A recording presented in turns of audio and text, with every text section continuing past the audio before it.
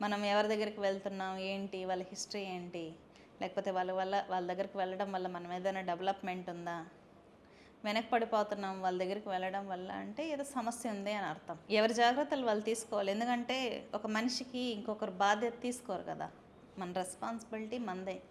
కాబట్టి ఎవరికి వాళ్ళు టేక్ కేర్గా ఉండాలి. జనరల్‌గా పెళ్ళిళ్ళనేవి జాతకం చూసి చేస్తూ ఉంటారు.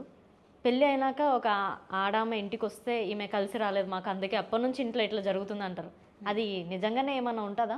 ఏంటంటే ఇప్పుడు మనిషి పుట్టిన దాని ప్రకారం పర్టికులర్ జాతకం పర్టికులర్ టైమింగ్లో పుడతా ఉంటారు. కొంతమంది అమ్మాయిలు పుడతానే నాన్నలకు బాగా కలిసి వస్తుంది, నాన్న బాగా డెవలప్ అవుతారనమాట, బిజినెస్లలో బాగా కలిసి వస్తుంది. కొంతమంది అమ్మాయిలు పెళ్ళి అవ్వగానే మాకు మంచి కోడలు వచ్చింది, నాకు కోడలు రావడం వల్ల మాకు కలిసి వచ్చిందని చెప్పుకుంటూ ఉంటారు. కొంతమంది ఏంటి, కోడలు తెచ్చుకున్నాకే మనకు కలిసి రాలేదంటూ ఉంటారు.